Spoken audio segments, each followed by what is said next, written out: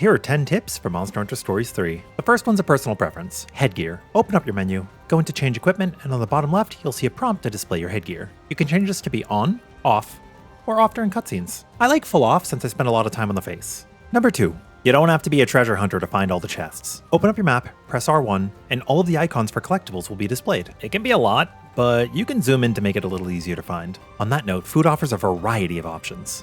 Number 3. If you go for vegetable dishes, you'll increase items gathered in the field, amongst other things too. This will really cut down on the grind. Which brings us to number 4. Poogie hunting. Poogies are your collectible in Stories 3, and finding all of them yields a really sweet reward. So when you unlock side stories, make sure to do Thea's right away. The reward for completing this mission is a Poogie sensor, which will alert you when you're near a Poogie. This is really helpful because some of them are just like literally in the ground, you can't see them.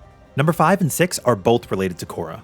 You can take whichever ally you want when you're playing through the game, but I recommend having Kora on hand when you're going into dens. The reason why is you might encounter these barrel felines, and when you do, Kora will launch a bomb turn 1 and one-shot them. Otherwise, it's unlikely you'll defeat them before they flee, and they yield a ton of experience, so it's definitely worth bringing her.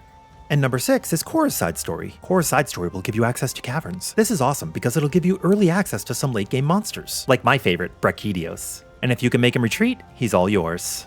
Which brings us to number 7. If you miss the chance for a preemptive attack, you can run away and restart combat. This allows you to get the heads up on monsters. Number 8, retreat tech. A paintball will last 2 turns, so you'll want to use it close to the end of battle. If you have the option for a quick finish, throw the paintball turn 1, and then quick finish turn 2. It should give you an S rank, and the monster should retreat. If you're unlucky, just come back. This brings us to number 9, habitat restoration.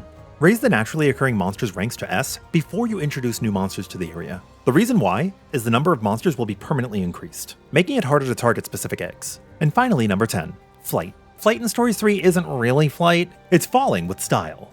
That being said, there are 2 tips you could take advantage of. One is prolonging your flight over water. If you're flying over water, you're likely going to fall in. However, there's a way to circumvent this if you don't have a monster with swimming capabilities. If you shoot a projectile at the water every few seconds, you'll reset your hang time. This is a sort of a form of permanent flight, but if you don't have a swimming monster on hand, this is the best bet you've got, and it definitely beats just swimming as a rider. You can also use jump tech for difficult to reach areas. If you hold the flight button while you're stationary, you'll get a vertical boost into the air.